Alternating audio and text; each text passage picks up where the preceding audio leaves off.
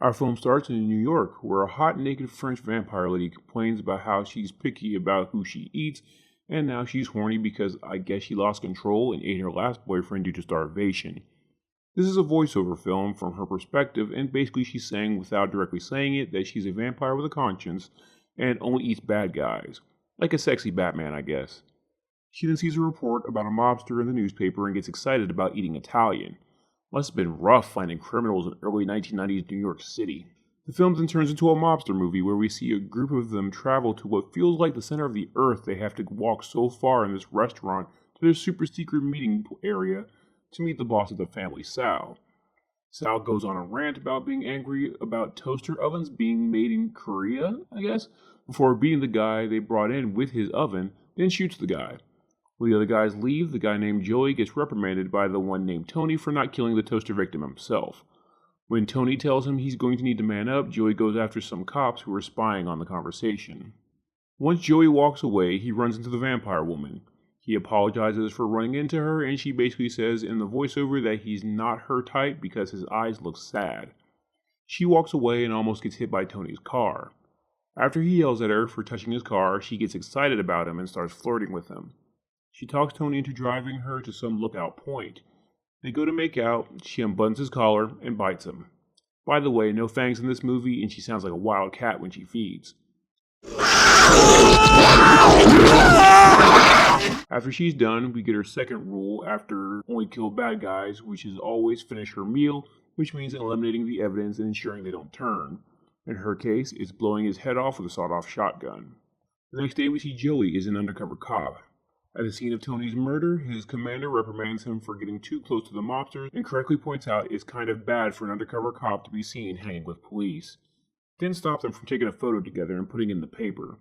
If only she took the vampire hints more seriously, she would have known the signs 3 years later in Vampire in Brooklyn. Sal that night freaks out about having an undercover cop in his ranks for the last 3 years. As his lawyer is giving him advice, he sees one of his guys talking to the vampire woman. She tells Sal off, and he tells her he respects that and gives her a ride. In the car, he apologizes and says he's just had a bad day. This is where we find out the vampire's name is Marie. Sal tells his driver to lose everyone tailing them, and then they head back to his place. He tries to give her some food, but she can't eat it since it has garlic in it. She runs to the bathroom where he follows. She's now all kinds of screwed because the fluorescent lights hurts her eyes, and he has garlic breath. He tries to force himself on her, resulting in her feeding on him. He shoots her in the abdomen, alerting his driver that there is a problem. The driver then shows up, running her off prior to her being able to finish Sal off. Back with Joey, him along with his protection are sitting in a hotel room watching Hammer Studios' Dracula when they get the news of Sal's assassination. Joey, not believing it, heads to Sal's home to view the body himself and is angry that he was killed before they could take him down. He then notices that there isn't a lot of blood, much like with Tony. He also points out that he knows a female did it thanks to evidence at the scene. The CSI on the scene says that for some reason Sal's temperature is going up and not down. After Joey gets into it with Sal's goons, he follows a trail of blood onto a roof where he finds Marie's heel. He is then startled by Marie, who jumps off the roof. He continues to follow as we see her use her super vampire agility to take a shower, then break into a thrift store and take some clothes. She eventually pounces him and threatens him, which sounds hilariously like Andre the Giant with the voice changing they did on her. Stay away from me or I'll kill you! When she leaves, he makes a comment about not understanding the world.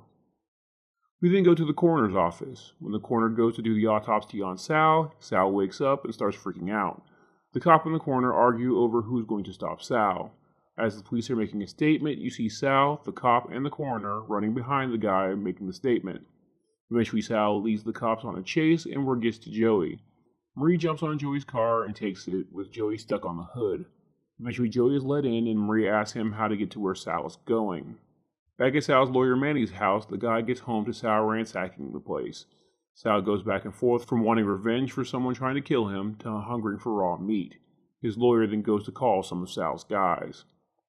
In the car, Marie and Joey have a heart-to-heart. Joey asks why she didn't finish him off, and Marie in her Andre the Giant voice tells him she screwed up. He takes her to the cops and tries to explain that she's the suspect they're looking for, but she smiles at the police and they're like, that's crazy talk, completely ignoring the CSI investigation did show the assailant was most likely a female. They go to take her, but she convinces them to let her go, powder her nose, where she escapes. Meanwhile, Joey heads to Manny's where Sal confronts him, and he convinces him to not kill him there, and Sal rewards him by biting him. Mrs. Manny then heads downstairs and sees the mess Sal made with her husband. She accuses Sal of killing Manny, and Sal nonchalantly tells her that people thought he was dead too. When he approaches her, she stabs him. Sal's henchmen throw Joey into the trunk of his limo. Mrs. Manny runs out of the house screaming for help. The mobsters take off in the limo as Mrs. Manny grabs a cop. When he goes off with her, Marie takes his car. The mobsters take Joey to a trash truck, but before it crushes his legs, Marie shows up and hits the mobsters with the car. Sal takes off in the limo as Marie shoots at him. She then chases him with Joey attempting to jump into the passenger seat. As they're chasing Sal, Marie tells Joey she must stop the mobsters because they're cold-blooded killers. He reminds her so is she. They then pull into a motel as the sun starts to come up. Sal, not watching enough vampire films, starts burning in the sun as he's driving. He heads to a meat butcher where he hides out in a freezer. Back at Manny's, the cops are clearing the scene and we see that Manny's still alive. Well, sort of. Sinclair tries to get Manny to agree to press charges on Sal. At the motel, Marie frees Joey from his cuffs and tells him that he's in charge of making sure the sun doesn't come into the room. She tries to play buddy-buddy with him, but he is understandably freaked out about being in a room with a vampire. She calls him a chicken shit for being afraid of her, making her really judgmental. At the hospital, Manny flatlines and wakes up as a vampire. He goes to attack the nurse, but she opens the curtain and he burns in the sun. This scene has a lot of annoying screaming. Back at the motel, Joey freaks that he fell asleep on the couch, noticing that Marie tucked him in. He hurries to the bathroom to make sure she didn't bite him, and when he sees that she didn't, he kind of hovers over her like a creep, resulting in her waking up. Joey tries to tell her they have to leave because he hasn't paid attention to all the vampire movies that have been playing in the background of this film. Marie tells him they can't sneak up on Sal because he's sharp and fast, and as an example, appears right behind him and pushes him on the bed. She then pretty much says she's horny. She tries to reassure him that she won't bite, and then comes up with the idea to handcuff her. That only lasts till she gets super into it, in what is probably the best vampire sex scene until the one in Kiss of the Damned. She breaks out of the handcuffs, and then we see her successfully fight the urge to feed on him. Once they're done, she introduces herself to him. At the butcher, the driver Lenny has the other guys show up. He tries to tell them something isn't right with Sal before bringing them into the freezer. They then watch as Sal feeds on Lenny. Sal and his boys then head to a strip club with a now vampire Lenny. They then call a meeting in the back room with the rest of the family where the others get turned as well. Joey and Marie drive around town looking for Sal and company while acting all lovey-dovey. It's amazing how a good screw can cause that much amnesia on the fact that the woman you're making googly eyes with has an Andre the Giant voice when she gets mad and rips people's throats out with her teeth. Back at the strip club, the other two cops find Sal and the family in the back room and are ambushed by him. By the time Joey and Marie get there, the place is locked up. Marie pulls the door open when Joey can't. They head to the back room where Marie breaks all the vampires' necks, which, as we learned earlier, damage to the head kills them. They rescue a creeped out Morales who tells Joe to kill Marie. He tells Morales she's with him, and then he worries she got to him. On the roof of the club, Marie and Sal have a face-off. He ends up shooting her in the stomach, and Joe lets him get away worrying about her, but Sal ends up getting sandwiched by a cab and a bus. On the way back downstairs, Joe kills another vampire as Sal attacks the bus driver. When they finally get downstairs, Joe notices both vehicles leaking fluid. Joe lights it and the cars explode, but it doesn't kill Sal, who complains that his suit is burned now. After a long monologue about how powerful he is, Joey shoots him in the head and Sal disintegrates. After he dies, Marie takes off and tells Joey she's going to go watch the sunrise. Joey, distracted by the power of vampire vagina, convinces her to not kill herself.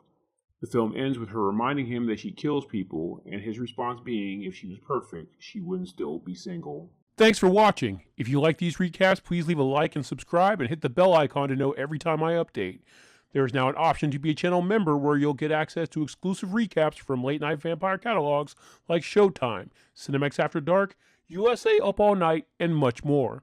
If you want to help my channel grow, please check out my Patreon, where members can get exclusive content that can't be uploaded on YouTube, along with download options. Link is in the description.